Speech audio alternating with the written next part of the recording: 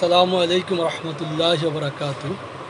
প্রিয় দর্শক, যারা এই মুহূর্তে ফেসবুক লাইভটি দেখছেন এবং এই মুহূর্তে যারা দেখছেন তারা একটু আমাকে জানাবেন আমার কথা বলার সাউন্ড ঠিক আছে কিনা, আপনারা ঠিক মতো শুনতে পাচ্ছেন কিনা। একটা গুরুত্বপূর্ণ বিষয় নিয়ে আলোচনা করব। এটা দৈনিক ইত্তেফাকের খবর, আপনাদেরকে একটু দেখাই। দৈনিক ইত্তেফাকের খবর, এটা সোমবার 19 এপ্রিল 2024। খবরটা আপনারা ইতিমধ্যে দেখেছেন অবশ্য। ভারতীয় 527 খাদ্যপণ্যে ক্যান্সার সৃষ্টিকারী রাসায়নিক পেয়েছে ইউইউ। আপনারা জানেন যে ইউইউর যেহেতু ইউইউর বরাত দিয়ে ব্যাপারটা আসছে, ইউইউ কিন্তু খুবই গুরুত্বপূর্ণ একটা সংবাদ মাধ্যম, বা কি এমনকি সংবাদ মাধ্যম, একটা মাধ্যম আর কি। দেখেন তারা কি লিখেছে। বুধবার 25 এপ্রিল ভারতীয় সংবাদ মাধ্যম ডেকান ও হেরাল্ড, ইন্ডিয়ান এক্সপ্রেস সহ দেশটির প্রথম সারির প্রায় সব গণমাধ্যমে এই তথ্য জানানো হয়েছে। এতে বলা হয়েছে 2020 সালের সেপ্টেম্বর থেকে 24 সালের এপ্রিল মাস পর্যন্ত ইউরোপীয় ইউনিয়নের খাদ্য নিরাপত্তা কর্তৃপক্ষ ভারতের সাথে সংশ্লিষ্ট 527টি পণ্যে ইথিলিন অক্সাইড খুঁজে পেয়েছে। এসবের বেশিরভাগই বাদাম ও তৈলবীজ 313টি, ভেষজ ও মশলা 60টি, ডায়েট জাতীয় খাদ্য 48টি এবং অন্যান্য খাদ্যপণ্য 34টি। ইউরোপে রপ্তানি করা ভারতীয় এইসব পণ্যের 87টি চালান ইউরোপীয় ইউনিয়নের সীমান্তে আটকে দেওয়া হয়েছে। এছাড়া বাকি পণ্য বাজার থেকে সরিয়ে নেওয়া হয়। প্রতিবেদনে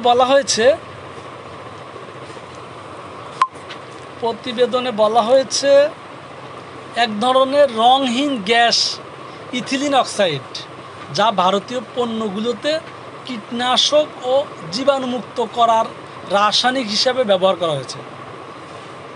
সাধারণত এই রাসায়নিক চিকিৎসা সরঞ্জাম জীবাণুমুক্ত করার কাজে ব্যবহার করা হয়।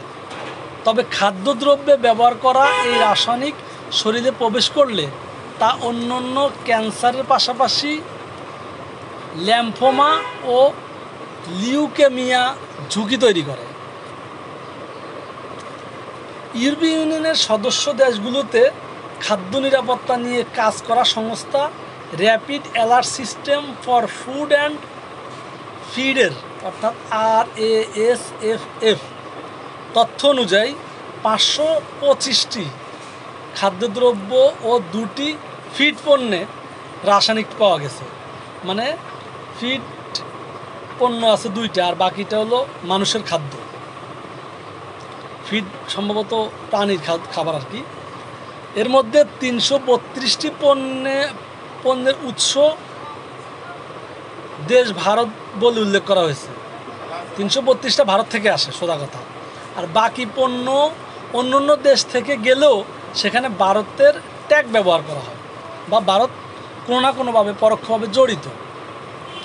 ইউরোপের খাদ্যপণ্য পরীক্ষাকারী রামাইয়া অ্যাডভান্স টেস্টিং ল্যাবের CEO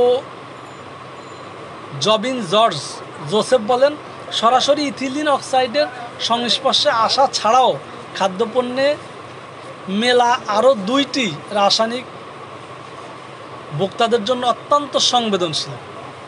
মানে এই ইথিলিয়াম ছাড়াও আরও 2টা রাসায়নিকের উপস্থিতি আছে উনি বলতেছে। তিনি বলেন এগুলোর মধ্যে সবচেয়ে বিপজ্জনক ইথিলিন গ্লাইকল। সব কিছুর আগে আফ্রিকায় কাশি সিরাপের মধ্যে এই রাসায়নিক পাওয়া যায়। আফ্রিকায় এই সিরাপ খেয়ে অনেক শিশুর প্রাণহানি ঘটে। জোসেফ বলেন, ইথিলিন অক্সাইড চিকিৎসা সরঞ্জাম জীবাণুমুক্ত করার কাজে ব্যবহার করা হয়, কিন্তু এর বিকল্প বের করা জরুরি বলে জোর দিয়েছে তিনি বলেন, ভারতীয় পণ্যের গুণগত মান ও নিরাপত্তা বিষয়ক কর্তৃপক্ষ the food safety and standard authority of ইন্ডিয়ার ভেবে দেখা উচিত ছিল বিকল্প জীবাণুনাশক হিসেবে গামা রশ্মির ব্যবহার করা যায় কিনা বিভিন্ন শিল্প সংস্থাকে এই বিষয়ে ভাবতে উৎসাহ দেওয়া দরকার। ভারতের জেলা ভোক্তা ফোরামের সদস্য এক কর্মী বলেন, রপ্তানি পণ্যে এ ধরনের রাসায়নিক উপস্থিতি অত্যন্ত উদ্বেগজনক।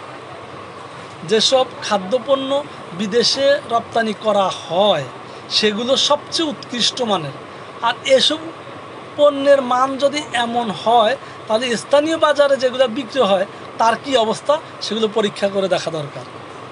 একজন ভোক্তা বলতেছে আর কি। এই বিষয়ে বিস্তারিত জানতে FSSAI এর সাথে যোগাযোগ করেছে দেশটির সংবাদ মাধ্যম ডেকান হেরাল্ড।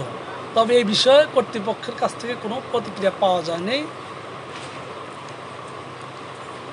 ডেকান হেরাল্ডের এক প্রশ্নের জবাবে জোসেফ বলেন, ইথিলিন অক্সাইড সম্ভবত পণ্যকে সালমোনেলা এবং ইউকুলি ব্যাকটেরিয়া মুক্ত করার কাজে ব্যাপকভাবে ব্যবহার করা হয়েছে। এই রাসায়নিকের ব্যবহারকে সবচেয়ে সস্তা পদ্ধতি হিসেবে দেখা হয়। এই পণ্যকে সেলফ বা তাকে বেশি সময় ধরে রাখা কাজে সহায়তা করে। তিনি বলেন, সম্ভবত আমি যা বুঝতেছি যে এই পণ্যটা এই রাসায়নিকটা কোনো জিনিস নষ্ট হতে দেয় না, কোনো জিনিসকে সতেজ রাখে অনেক সময়, এরকম একটা প্রোডাক্ট যতটা আন্দাজ করা যাচ্ছে। তিনি বলেন, দুর্ভাগ্যবশত বেশিরভাগ দেশ সমগ্র পণ্য সামগ্রীতে রাসায়নিকের পরীক্ষা নিরীক্ষা না করে না। এটি করা হলে তা আমাদের একটি ভালো ধারণা পেতে সহায়তা করবে। এর আগে গত 23 এপ্রিল ব্রিটিশ প্রতিবেদনে বলা হয় ভারতীয় কোম্পানি। যাই হোক, এখন যে বিষয়টা আমরা আলোচনা করব, দেখেন ভারতীয় পণ্য নিয়ে তো রিসেন্ট সময় ধরে বিশ্বব্যাপী একটা ভারতীয় পণ্য বয়কটের একটা মৃদু আন্দোলন বলেন আর স্লো পয়জিন বলেন, যাই বলেন, এটা চলছে। কিন্তু শুধু বাংলাদেশে না, বিশ্বব্যাপী এটা চলছে। এরই মধ্যে আমাদের কোনো দেশ কিন্তু এই বিষয়টা সামনে আনে নেই।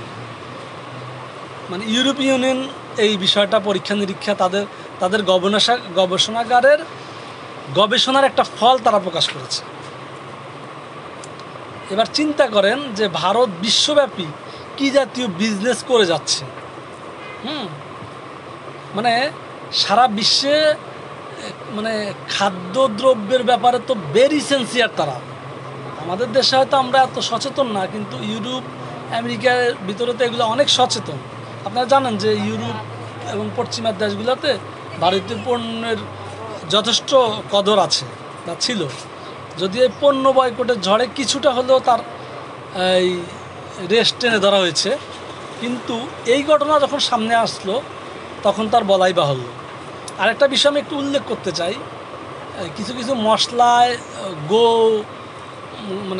গো খাবার বা কি বলে এটা গোমূত্র গোমূত্রের উপাদান পাওয়া যাচ্ছে, এরকম কথা বলতেছে।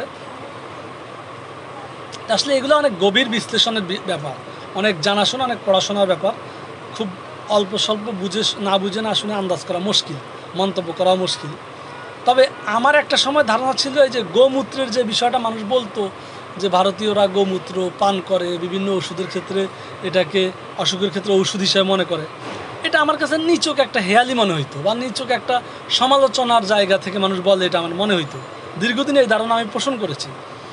কিন্তু সমসাময়িক করোনার ভিতরে, করোনার পরে, বিশেষ করে করোনা এবং করোনার পূর্ববর্তী সময় কিন্তু আমরা দেখছি যে এই গোমূত্রর বিভিন্ন ব্যবহার, মানে ঔষধ হিসাবে গোমূত্রকে ব্যবহার ইন্ডিয়ানরা করে, যেটা পৃথিবীর যত অসভ্য নগরী আছে, অশিক্ষিত নগরী আছে, অশিক্ষিত জনপদ আছে, কেউ এটা বিশ্বাস করে না যে মানে একটা প্রাণী, গরু হোক ছাগল হোক, তার